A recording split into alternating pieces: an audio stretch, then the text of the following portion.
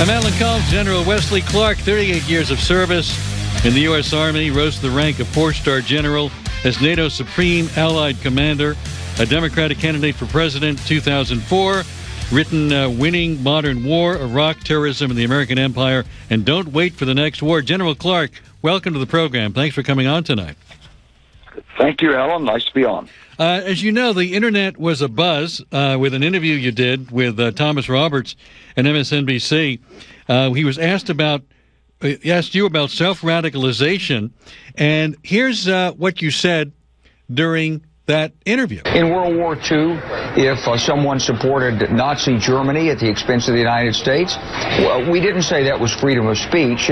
We put him in a camp. They were prisoners of war. So if these people are radicalized and they don't support the United States and they're disloyal to the United States as a matter of principle, fine, that's their right. It's our right and our obligation to segregate them from the normal community for the duration of the conflict. Now, were you saying, could you clarify that? Were you saying that some people should be put in some kind of internment camp in our society?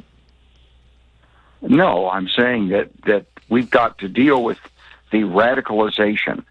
And so if you'd played the whole thing, you would have said that what I said, the most important thing is to prevent the radicalization. So you've got to have a counter-recruitment program.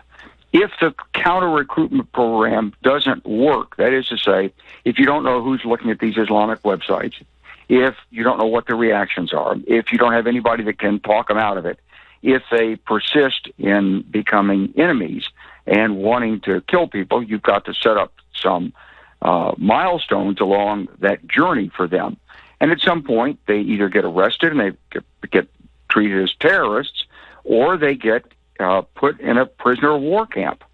So there's nothing like what some people on the Internet misinterpreted what I'm saying. We had Italian and German prisoners of war in the United States. Yeah. These were people who fought against us. They were brought here and kept here for the duration of the conflict. You can treat terrorists as criminals, or you can treat them as POWs. Our policy thus far has been to treat them as criminals. And there are some terrorism laws and there are conspiracy laws you can do. But then you have to ask yourself, if this is going to go on for 10 years, 20 years, 30 years, what is it we're dealing with? And you've got to look at the whole system for people. What are we doing? And it starts with having a counter-recruitment program that works. How do you, though, determine who becomes a prisoner of war? Go back to this. Who becomes a POW? Who becomes a resident of that camp? Who would be that person? Alan, the lawyers and the political leaders would have to make those determinations. It's not something that I'm going to determine. It's about concrete actions that are in support of an opposing alien power.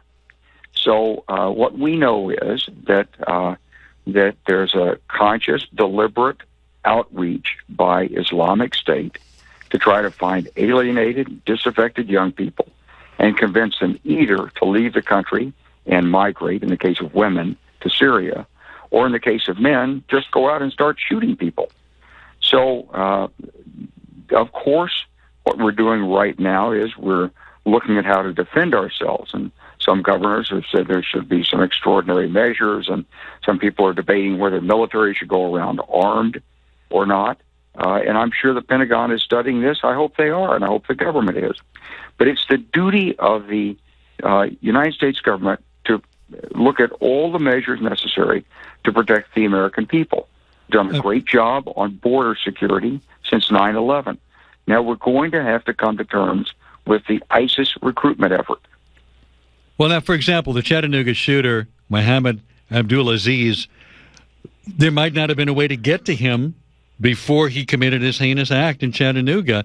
There's no way we could have known necessarily that, okay, he went to the Middle East, maybe he was talking to people in chat rooms online, but there's no way we could have intervened, it seems, ahead of his committing this heinous act. Well, we don't know that, actually, because the investigation, I don't think, has been completed. There may be cases where a man goes to sleep at night and he's perfectly normal he wakes up the next morning. He's never gone to an Islamic website. He doesn't have any connection whatsoever that is discernible in any way. And he simply goes down to the store, buys a gun, and starts shooting people. But I would think that would be the great exception. That there would be, if you look at the case histories, there's a path. People walk toward radicalization. The question is whether it's taken seriously or not, and who can deal with it. Now, we're in the world of big data.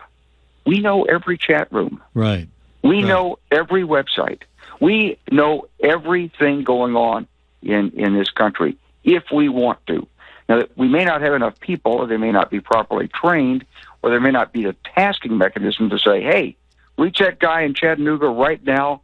He just crossed the line in this thing. Get out there and talk to him before it's too late. I guess it may be that the guy would lie to you when you talk to him. What I'm trying to understand is what is crossing the line. I mean, simply by going to a chat room or communicating online, that would not be enough, would it, to have the FBI get involved, to have the authorities get involved, to stop somebody because they happen to be talking to somebody in an internet forum? Is that where does that line exist?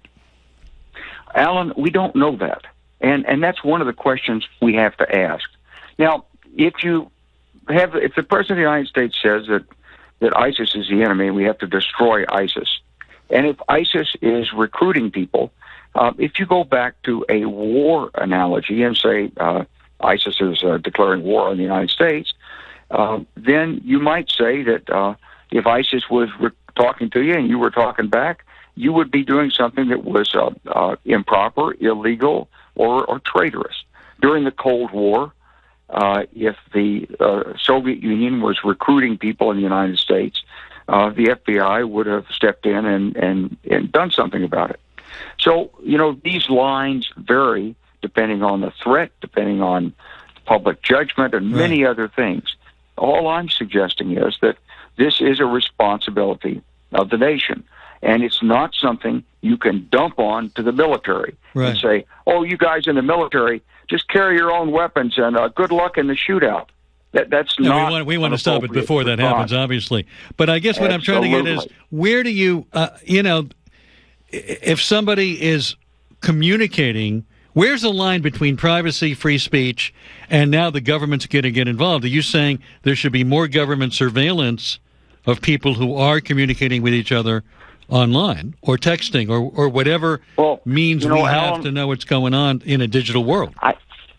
I think that there already is a lot of government surveillance. There's we collect information, and I'm not on the inside of this. I'm just repeating what I see in the press and inferring on how it works. But we collect things that people say. We collect these exchanges from overseas. That's certainly, from everything I've read in the press, totally lawful. So if you're an American citizen and you're chatting with a gentleman in, let's say, England or in Germany or Turkey or someplace who says, you have to get real about this and you have to really think about what your future is and whether you can live in a society that doesn't, behead people or something like this. And as it goes down the line, then in case after case, you have to ask, and we don't have these answers. We have to pose these questions to ourselves. Is this something that 99% of the people would go on the website and say, I wonder what this is? They say, ooh, that's repellent. Or is there a case where 10% of the people would stay on it and say, I'm just fascinated by this. I can't forget about the sight of that man being burned and how courageous it was to cover him with gasoline and set him on fire. And and apparently there's a certain percentage of people who feel that way. Right. And they're drawn to. We don't know why. So once we know that somebody, we have to ask these questions. Yeah, once we know that somebody's in a chat room or communicating and saying, "Wow, isn't that great? Somebody was covered and doused in gasoline. That really excites me." Does the government then move in at that point and say, "Wait a minute, pal, we're going to, give you a talking to, or we're going to watch you a little more closely, or we're going to put you in some kind of facility so you can't be a harm to the rest of the community"? I don't know what the appropriate response is. I think the first response is the parents, the friends, and the family should pay attention to the individual. If a person is depressed, his family should be his first line of support. And they, most of all, should know what's going on. So I don't know what the answer is, but I do know this, that these are the kinds of questions that if the Islamic State recruitment gets more effective, and we have more incidents like this, we have to ask these kinds of questions, because the alternative is simply to put a pistol on everyone and invite a shootout in the company street. And that's not an acceptable response either. We're talking with General Wesley Clark. Or is part of it that if we can live in a free and open society and we don't have martial law and we don't have internment camps, there's always going to be a certain percentage of the population of people who's got screw looses, who screws loose and they have a gun, and bad things are going to happen from time to time in a free and open society. Well, this is exactly right. I mean, 37,000 Americans die every year with handguns. Some proportion is suicide, some proportions are murder, some proportions are other crimes of passion. But the level of tolerance for terrorism in this society is right now zero. It's a political act. One of the Republican presidential candidates today was quoted as saying, you know, are you safe in America? You think about Fort Hood and Chattanooga and Boston. Well, between Fort Hood in 2009 and Boston and Chattanooga in 2015 have been more than 100,000 people killed with handguns. We're not asking anything about that. We're not asking how many people are killed in automobile accidents. Yeah. So there's something special about this. But it does merit public attention. And, you know, 100 years ago in the Supreme Court, it was determined that, maybe more than 100 years ago, you can't cry fire in a crowded theater. There are limits to free speech.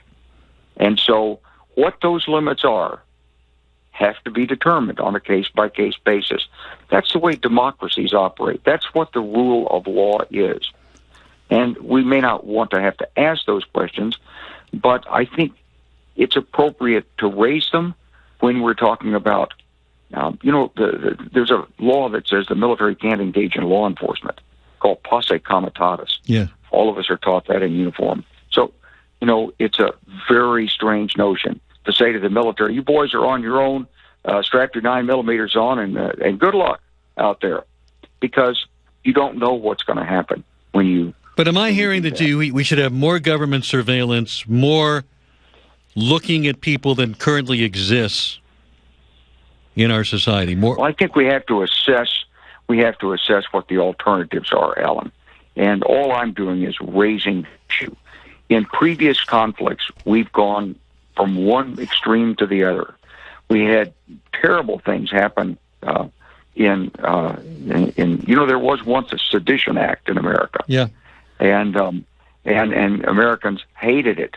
And in World War I, President Wilson, a Democratic president, put in a censorship, and the press was told what to report.